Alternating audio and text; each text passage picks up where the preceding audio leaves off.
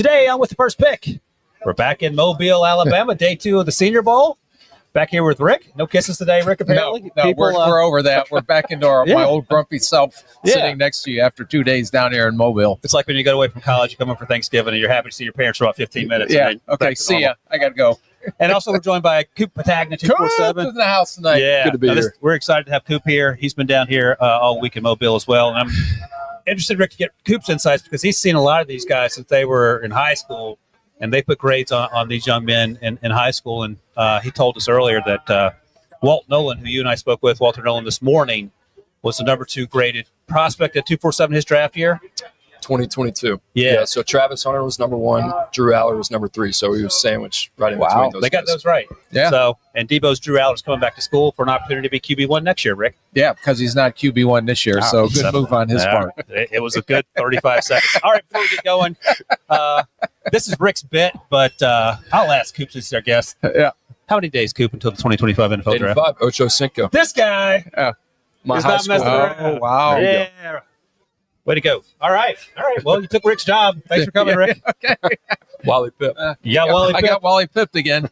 All right, let's do this. So off the top, it's got some juicy bits. You got any nuggets you want to share with us? No. Rumors, gossip mill? No gossip mill, but I'll comment on all the – well, I was watching players. Coop was watching players, trying to see who showed up today, who didn't show up today. I'm glad you're out there trying to figure out who's talking to who. All right, well, I was in the press box, and I saw let's start here. I saw Dave Canales as I was stealing some French fries from outside the Jacksonville Jaguars team room. So that's one bit of gossip. Handsome in person, so that's got that going for him. Got the most out of Bryce Young, which is even more important. Also, I will say this. I saw before the morning practice, the national team, Oladejo, number 99, the UCLA edge rush defensive lineman, had a really good season. Tomlin was chatting him up. And he had a good day yesterday, day 1 of practice, Oladejo did. And he and Tomlin spent about 3, 4, 5 minutes just chatting while the other players were warming up. And I was talking to our buddy Lee J. Doozable. He said, that guy feels like a Steeler. And you could probably comment on this. There's no coach more active during the practice than Mike Tomlin. No, and Mike Tomlin talks to every player, so I wouldn't put a lot of creed into what your scoopage buzz eyes are doing down there on trying to figure out where these guys are going. The one thing I know about Mike Tomlin, and even working with him back in 2006 and 7 in Minnesota before he took the head coaching job at Pittsburgh, is that he's going to coach these guys. He's the only coach out there in the middle of the field doing drills, and he can't help himself as far as, which is a real positive. And what makes Mike Tomlin such a great coach is that when he sees stuff that these kids may be doing wrong in a drill or say this or that, he's always in there trying to coach and help these kids get better as well. So I do know the type of players, and you know the type of players that Pittsburgh likes, and you know Mike Tomlin's going to be very active in this process, and he's shown that not only this year, but every year he's down here at the Senior Bowl. Hey, kid, what's it like to see some of these players after watching them for 4 or 5, sometimes 6 years, and just seeing how much they've changed body type wise and obviously in terms of how they play? It's great just in terms of kind of seeing the completion of the process. I mean, the hardest thing to do is project these guys out 16, 17 years old, what they're going to look like. And even Walter Nolan, what he's done with his body, changing it from the time in high school to Texas A&M to Ole Miss, what he's done has been really, really impressive. You go down the list, Josh Connerly was a guy we had ranked as a number 1 offensive tackle back in 2022 as well. Hopefully goes in the first round for the rankings purposes. And listening to you, Rick, kind of talk about the prospect and him being a raw guy, how far he's come since he played out there in Seattle, Washington. Multi-sport guy, basketball background guy that was a two-way player as well. To see these guys really kind of grow, develop into their frame, and then still have a little bit of development that has yet to take place, and that's going to happen at the Sunday level. It's pretty neat. So ultimately, at the end of the day, it's kind of like a completion of what you thought they could be. Hey, Rick, do you guys ever go back as a GM? I'm sure you guys probably – how often do you go – how deep do you go on these players when you're meeting once you get closer and closer to the draft as a team? I don't understand the question. Are you talking, like, would you go back to, like, would you bring Coop in to talk about I don't go back as deep as Coop goes. We usually go 2 years. Yeah, 2 years back. I would imagine, like when you're talking about a quarterback or Teddy Bridgewater, for example, because you knew him better than you knew the guy you drafted in the 7th round. So you'll go. Would you talk to a high school coach, for example? No, when you go through the process and when you start going through this pre-draft process, which a lot of teams are doing right now, and because of, and I think, Coop, and I don't know what your opinion is on this, the kids have changed because of the NIL. And it's not just recruiting to go play for, Ohio State or something like that. It's now about the money. So you want to try to go, and I know just talking to a lot of GMs and future GMs in this league as I was going through the process with the Jets, it's amazing the length that some of these people, the teams are going now to find out what this kid is really about and going back to the high school. And Coop, I don't know, maybe you can help me with this, but I was talking to one candidate that we interviewed for GMs, and they have these kind of 7-on-7 coaches and handlers now, and teams are actually going to talk to them as well to try to get as much information as possible. They've been around for a long time. The handlers have, and the 7-on-7 obviously coaches, and it's interesting. I think the information is harder to come by because you have to parcel through it. There's a lack of continuity. I mean, how rare are the guys that are staying 3 to 4 years in the same spot, right? So these guys are jumping, and it's a very transactional world that we're living in. So you have to go back almost to the basics, and it makes sense that you would try to get a sense for the player. What were they like at 16, 17 before they got a couple $100,000, maybe 7 figures thrown in their face? All right, let's talk about some of these guys here. And, Rick, you have taken copious handwritten notes because you're as old school as they come. I'm surprised it's not a yellow legal pad, but pencil and paper. It was free paper, so I found it up there in the press box. You whittled the pencil and you chopped down the tree, and you're a one-man, self-contained draft unit. All right, let's go. I'll let you start, Rick, because you actually mentioned to me in the press box during the second practice, there's some guys that you want to circle back on that improved from day one, where we, had some questions about their first day performance. Yeah, there were a couple guys, and I was really honed in on the offensive line today. I thought Emery Jones, the right tackle, Coop agrees, from LSU, I thought he struggled yesterday at right tackle, and then you saw him inside. They moved him inside the guard. And I thought he was much better and much improved as a guard. There wasn't as much space to work with.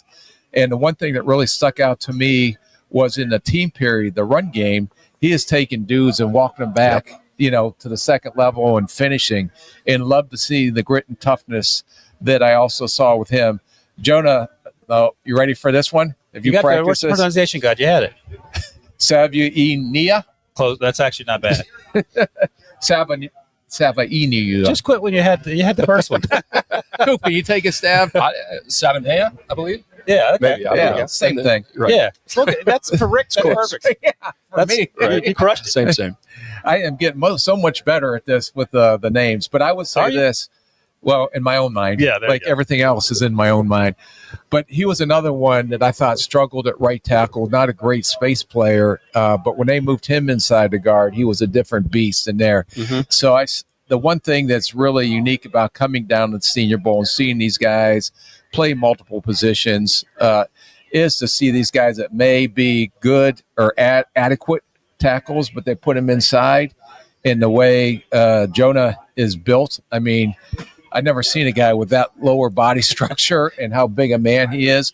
And you can see him fitting in the NFL. And even though when I went back to summer scouting school that Debo, our fine producer, doesn't give us any time off. No. And we looked at him, and I saw him at right tackle. But where it really stuck out was 2 years ago when he was playing guard. And was a pretty dominant player at the guard position. So I think his best position is going to be at guard.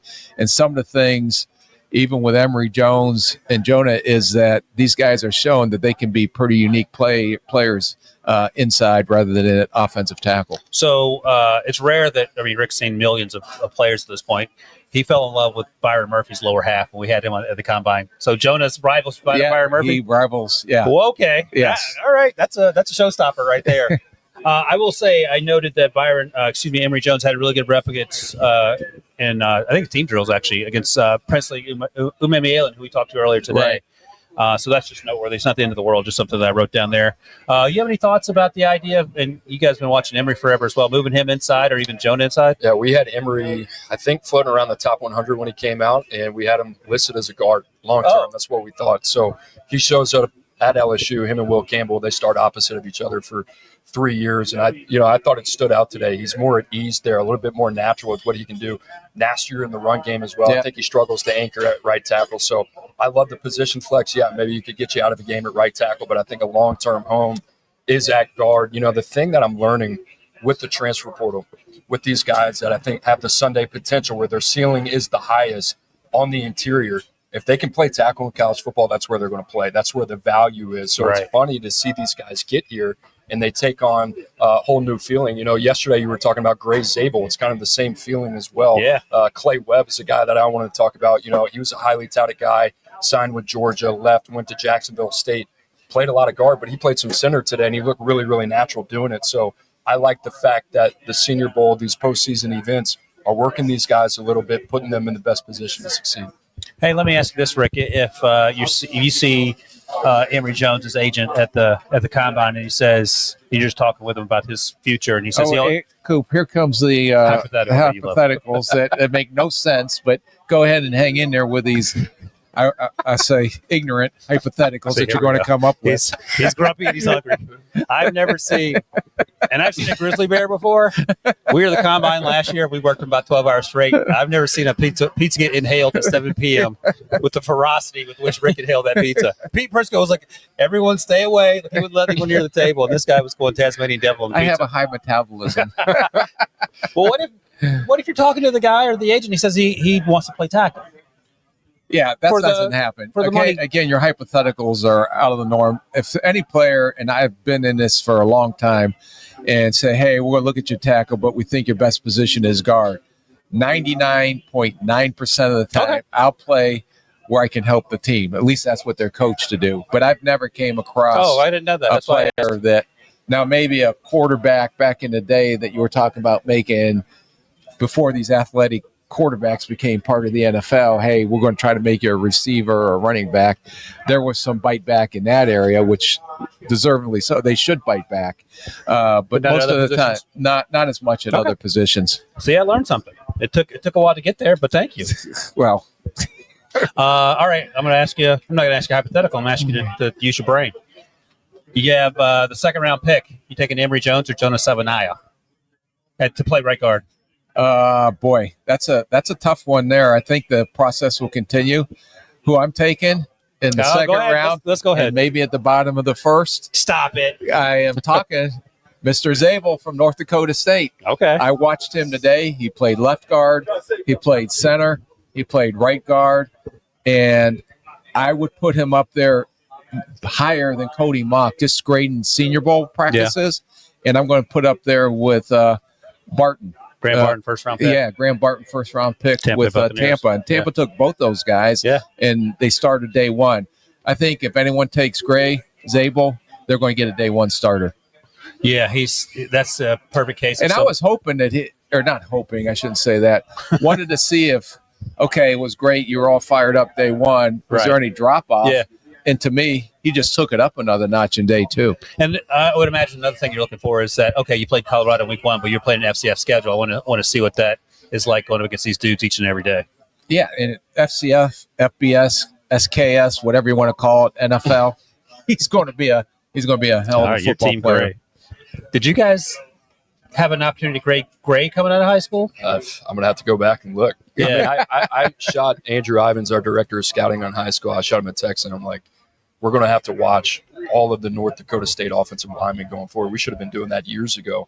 That's a good but what point. They've done, what is it, like 4 straight years? Yeah. I think they've had a player in the top 4 rounds. Yep. So the job that they do is unbelievable. And with Zabel, I think he's had the best 2 days of practice out of anybody here. Yeah. And to Rick's point, he was really, really good. In day one, he showed up. He did the same thing on day 2. So, you talk about safe position flex, play either guard spot, center, played some tackle in college. That's what you want, right? Yeah, absolutely. Tez Johnson might have a word with you, but I think Gray's. They don't play the same position. Just while you were out there trying to get buzz on what's going on. Let me write that down. Tez Johnson, not a guard. Listen, breaking news. Mike Tom was talking to Player X today. Don't worry about Tez Johnson and Grace Abel. Those guys are going to have to talk about him. Devo got so angry that he left, so Producer Claire is with us. Producer Claire, remind me to bring some peanuts to Rick when he starts getting grumpy, because he's on one. All right, what else you got, Rick? And I'll let Coop bounce off you. You got another name you want to talk about? Yeah. Deone Walker, the big defensive tackle. Now, I think he got injured and walked off practice. Okay. But yesterday I was very disappointed in his performance. I mean, he is a high-cut defensive tackle, unique athleticism for his size. I think he was a little stiff in his lower body, so I was wondering, was that why he plays with such high pad level? And then today, watching him in some pass rush, watching him in team, and playing against the run, he came off with a much lower pad level. Was it consistent? Down in and down out? No. But I think he shows when he does play with a lower pad level, and if he can make that a consistent habit, he has a chance to be a really good interior defensive lineman. Yeah, you have any thoughts? Yeah, can I ask you a question on that? So struggles day one, plays high. You mentioned that. The next day, bounces back, shows enough. How much does that mean in the draft process for you to say, you know what, I know he can do it. He just doesn't do it consistently. I don't know if in the meetings yesterday or last night when he had meetings and the defensive line coach down here said, listen, dude, you got to get your pad level down. And now they'll show this is what it looks like when you do the tech. And I know he played supposedly, and I think, Ryan, you mentioned it, banged up this year. Yeah. But he wasn't the same player we saw 2 years ago. That's the other thing. And it was, I don't know if it was the injury or if it was motivation, but he just looked like he was just existing out there based on of his natural athleticism and size. This time, and especially today, you see flashes that he can do it. Now the question is, when you get him in those combine meetings, when you get him in, you go down to the workout, and these defensive line coaches from the teams get an opportunity to start putting him through drills.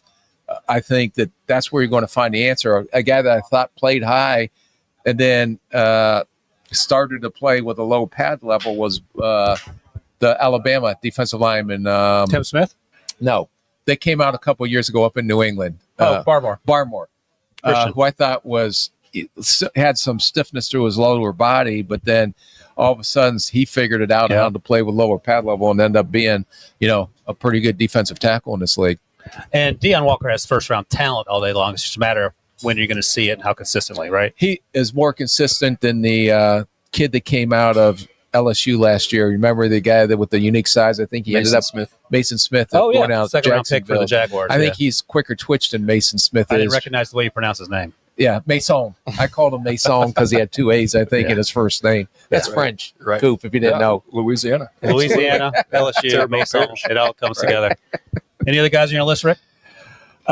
Disappointment, I would say Donovan Edwards, the running back from Michigan. The issue was when you watch the tape on him, he had 3 fumbles or 4 fumbles this year. I charted on tape, and that showed up today in practice where he had ball security issues. I didn't think he was as twitchy or as explosive as I saw maybe 2 years ago when he was thinking about coming up.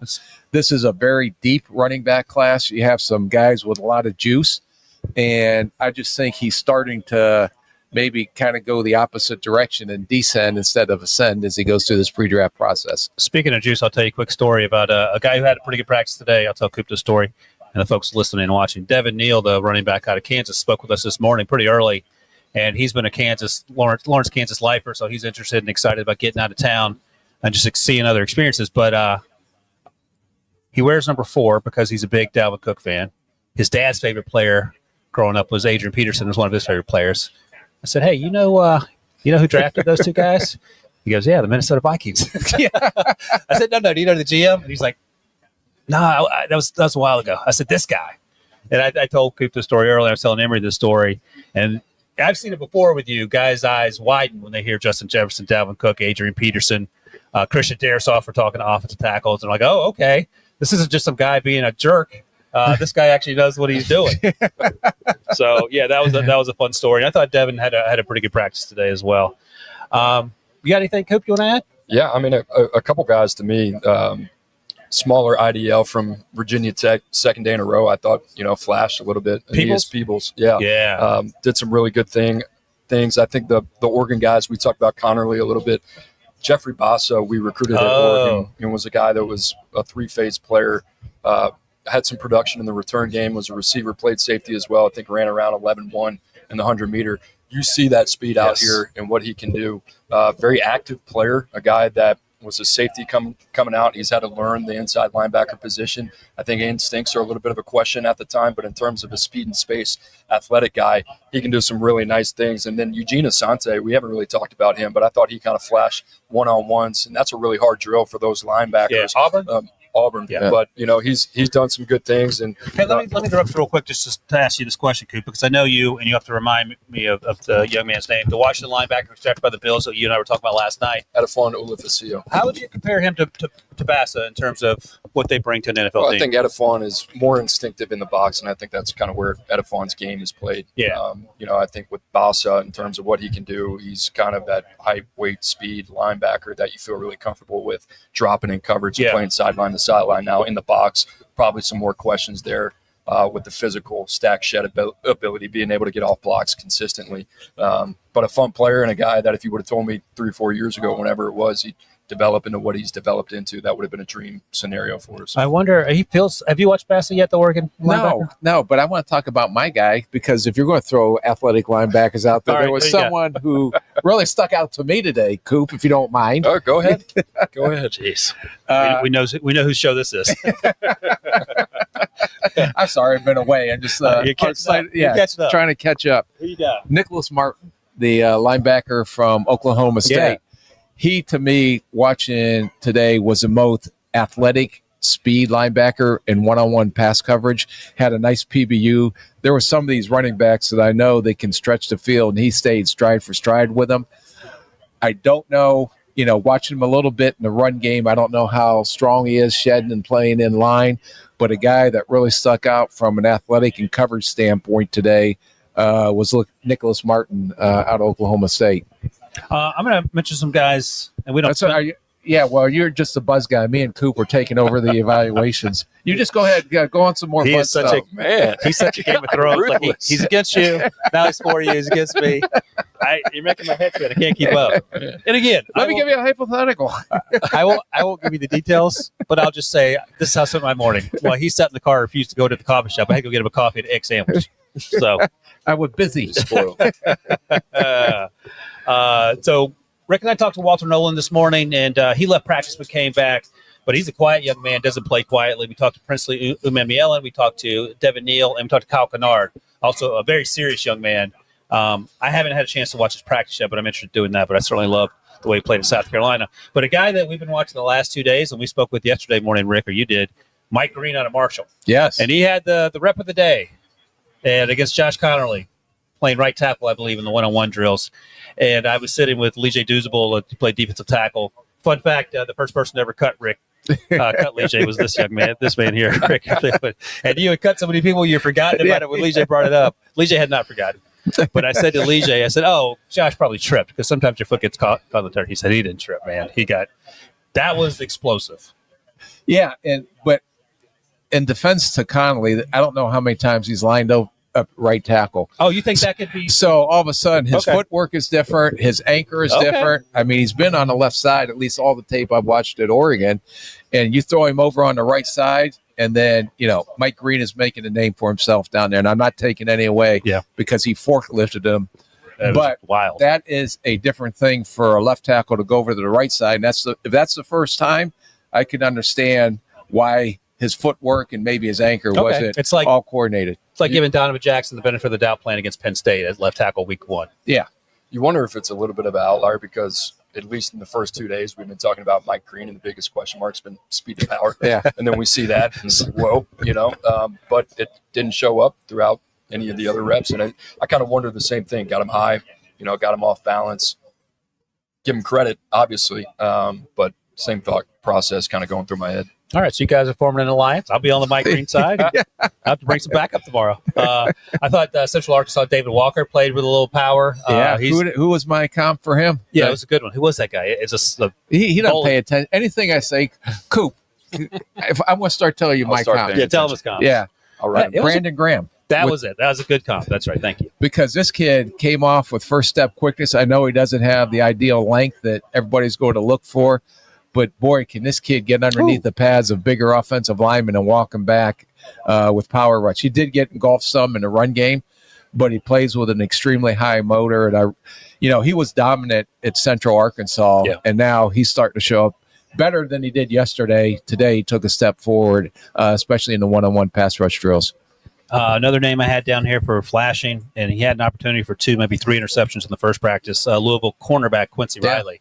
He was everywhere. Now, some of the quarterback decision-making, we can go into that conversation, but the fact that he was where he was supposed to be, I would love to have caught the ball, but I think he got some people's attention today. I didn't really get to see much of him, unfortunately. But there is a guy that I want to talk about, one of those Oregon Ducks, Jamari Caldwell. I thought over the last 2 days, I thought he's flashed. I think the combination of obviously the size, stout inside, but the first step initial quickness with the combination of suddenness. He's got some heavy hands. He can move people. I think he's gotten overshadowed a little bit by Derek Harmon. He's built different than Harmon, right? But the first 2 days, what he's done, he's done some kind of eye popping stuff. Yeah, I didn't watch him. I watched Harmon because Harmon's a going Jesse and really made a name for himself this year. But I didn't realize how big that kid was. At least he looks like a man down there. He's a man on the field. Oh, I thought you had more to add. Okay. One of my notes from the earlier practice, you talked about this yesterday. And once again, Dylan Gabriel had some issues with snap exchange. And then some questionable decision-making in the passing drills. It's not the end of the world, but I would just like to see him a little sharper. Yeah. Again, I think all these quarterbacks are kind of adjusting, even like Jalen Milroe today. And watching him take a snap from center just looks awkward right now. Trying to do a play action. He threw an interception. Linebacker or safety, I didn't remember who undercut. Kaiser, maybe? Yeah, a deep crossing route. Didn't see him. But then you put him in shotgun, don't have him read or go through progressions, and then he throws 2 really nice deep balls. And that's where his strength is, throwing the ball down the field. But I think all these guys have struggled a little bit with that. I thought, and again, I'm a little bit of a Jackson Dart fan, I thought he continued to get better, made some strides today. And his arm is better in person than I way better in person than I thought. And this is going to sound hokey, but it feels like he has a little calmness about him. Like things don't seem too big. And we talked to both Princely and Walter about him, and they only said positive things. I've yet to find any one former teammate that doesn't think he's a great leader. And the way he reached out when they were recruiting Princely and Chris Paul, the same thing when he transferred in. He said it was front and center FaceTime, just having conversations about what they wanted to build there. Do you have any Jackson Dart? Yeah, he's a battle-tested kid. He was a late riser from Corner Canyon High School in Utah and was one of those guys that came on the scene late. And we're at Oregon. We already had our quarterback, but it was one of those guys. Should we start taking 2, right? He's in our West Coast footprint, goes to USC, plays early. Clay Helton out over there, finds Ole Miss. And, he's been through a lot of adversity. And acclimating from Corner Canyon, Utah to LA to Oxford, Mississippi. If you've been to Oxford, Mississippi, that's a real culture shock for him. But I think as a guy that really gravitates to his teammates, and out of all the quarterbacks here, you probably feel the best, at least in my opinion, what I know about these guys, in terms of, hey, this guy has played a lot of football. He has production at a high level. You feel good about what he's been through, what he's put on tape. We can talk about certain attributes, physical attributes, what do the traits look like and those type of things. But in terms of what he showed over the last couple of years, I think he's very capable. Yeah, and something else to keep in mind, a year ago, neither Bo Nix nor Michael Penix Jr. set the world on fire here this week. It was just we were trying to wait for them to bust out. They never did, and they both ended up being first-round picks. They get check marks and credit for coming out here, throwing the ball out on the field and competing. Speaking of which, I think Riley Leonard, given the length of football he's played, and showing up here, and he's had some good practices. I think there's still a lot of questions on him, but I'm going to give them the credit. I know the leadership, the athleticism, the high football character that he has. And I'm giving him out of all these kids, for him to play in a national championship game and show up down here and go through another week in practice, I think has been very impressive, at least in my mind. Yeah, I agree. Another guy that I want to give a little shout out to here. 2 good days of practice from what I've seen. We'll go back and watch closer, but left tackle Carson Benson, Alabama A&M. You have any thoughts on number 76? I haven't watched him closely. So I don't want to, say things that I haven't really noticed. I do know the size and athleticism is showing up. Maybe a little bit more polished technically than I thought he would be coming in, but I haven't really can give you a true assessment of what I saw in practice. And I'll mention one more thing. And Coop, if you have anything, you hop in there too. Just in terms of individual play, great catch by from Jack Betch, TCU. Oh yeah, that was one of I think Jalen Milroe's throws when he was in shotgun threw it to him. And it was I believe a DPI. Still came down with the ball, high point catch, and maybe a little underthrown. I don't know if it's the back shoulder or not, but a great play by Jack Betch, who we haven't talked a lot about, but he had a great season at TCU, and he's a really good football player. You got anything? Highly competitive kid, great at the catch point, super strong. My biggest question with him, can he consistently separate? It's very, very sudden, but out here, it's been a little bit of a question mark. I thought a little bit. You watch guys like Tej Johnson, and they pop because creating that type of separation is really, really hard to come by. But to talk about the tackle at Alabama A&M, Vincent, I was talking to a Southeast scout that said, he was recruited out of North Carolina, played at a small school, lost over 100 pounds during COVID. So this is a guy that's completely transformed his body. I thought he kind of flashed more yesterday in terms of what he did in some of those one-on-ones. Obviously has a chip on his shoulder from where he's coming from at Alabama A&M, but size-wise, I thought he looked great off the hoof, and I thought he's competed well out here.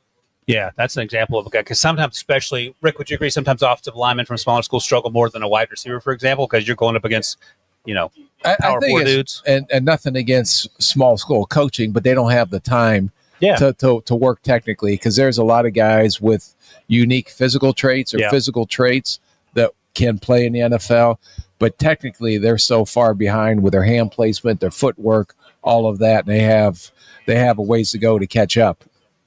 I don't want to end on a sour note, so I'll mention this young man, and then you guys can come up with something positive. But I would like Arian Smith to catch the ball more consistently. He had at least 3 drops today that we counted. But he caught it in team. But if you see guys in practice dropping balls, does that make you feel better during the week? No, but that's maybe why Carson Beck had some struggles this year. I'm just saying. Oh, here we go. This guy loves Carson. It is kind of interesting watching Arian Smith move compared to the rest of the receiver group. From an athletic agility speed standpoint, he's different, right? In terms of being able to take the top off the defense. Obviously, you got to be able to catch the ball, but I think there's a role for him, obviously, in the NFL. I'm blanking here. There was another guy that I wanted to talk about, but no, I like Arian Smith, what he brings to the table, and as long as he catches it. As long as he catches it. So. All right, do you have a positive you want to end on? I have one if you don't. Oh, I got mine, by the way. Oh, go ahead. Yeah. He was trying to build I'm interested to kind of get your take on Brashard Smith, because he played receiver at Miami, transfers to SMU, has a heck of a year, a lot of good production. Out here, at least in the one-on-ones, and we talked about that, that's a really difficult drill for these linebackers, but I like the receiving value out of the backfield. I just wonder if you think, hey, maybe there's something for him out there where he can fit. Yeah, I think when you're looking at roles, and now the NFL has become a lot of 11 personnel, and the college game has come up to the NFL, and just my, I guess, fortunate ability to listen to some of these coaching interviews, and, the way that the coaches nowadays in the NFL are trying to adapt their schemes to what these guys do best. And guys like that, maybe you didn't think about them 4 or 5 years ago, but now all of a sudden, because of the innovation on offense, the way it's become a space game, that guys like that have a chance to make an impact on an NFL roster. Sort of a Antonio Gibson vibe? Not as big, not as thick. And, I think just kind of like what Rick said, I think it's kind of more you got to find a role for a guy that fits inside your offense. Because I thought maybe Antonio Gibson had a chance to have a little bit more success. He didn't find it in Washington early on. I think he was in New England this year. Is that where he was? Yeah, but there's some other factors that determine it. And that's the big part of it, right? And now we know the rest of the story. Right. Speaking of which, I saw you and Coop's good buddy, Bert Sherrill from Florida, and I was telling him that that wide receiver DK that's here is a lot of fun to watch. And to your larger point, Rick, he said he's a fantastic human being. And you know this when you're talking to guys, and it comes down to this guy or that guy, and they look the same when you grade them out. Typically, you go with the guy who's got the better character. Yeah, and that's where all those other ancillary testing and interviews and stuff, analytics does come into play on that as well. When you have 2 guys stacked together on your draft board, especially at the same position, then all those other things that are going to happen between now and draft day will be the separator. Do you know how many days there are to the draft? Are you listening? Yeah, Ucho Cinco. Ucho Cinco. That's my Spanish. There you go. Ucho Cinco. It's Osho, number one. And number There's two. another Spielmanism for you. Was it last year? Maybe two years ago when we first came to Rick's first Senior Bowl as a media member. After, how do you say it? After you were reassigned? I don't. What's your phrasing? I can't remember. Said it last night. I remember. Yeah. You can't say fired. You never. Right. My time expired. Well, his time expired. This is his first media experience 2 years ago. He landed at the Mobile airport, and he had to take as he called it, an Uber to get to the hotel. So, Uber and Ucho Cinco. You're going to have your own language soon. All the words you use. Oh, yeah. No, I have a whole dictionary come out, and I'm sure that as we go on in this podcast, there'll be people learning Spielmanisms. I can see your wife yelling to you from the kitchen to do something, and you give out one. She gave up on trying to learn what the heck. She's like, he's just making it worse because he doesn't want to do it. I told him I've been married, 38 years? Yeah, if I can get 2 more years, then I'll be over the hump. Yeah. Then it'll be an official contract.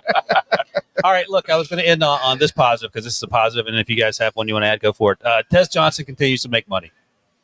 That's it. Yeah, there's no question about it. It's a turning point because you're not fond of guys who weigh 175 or whatever he weighs. I think with what Tank Dell was able to do down here and how that transferred or showing up in the NFL, I think that opened the door for guys like Tez Johnson. Yeah, he's been the smoothest wide receiver out here. You can't cover him. Can't cover him. They put some poor safety on him in one-on-ones. What are we doing? Well, yeah.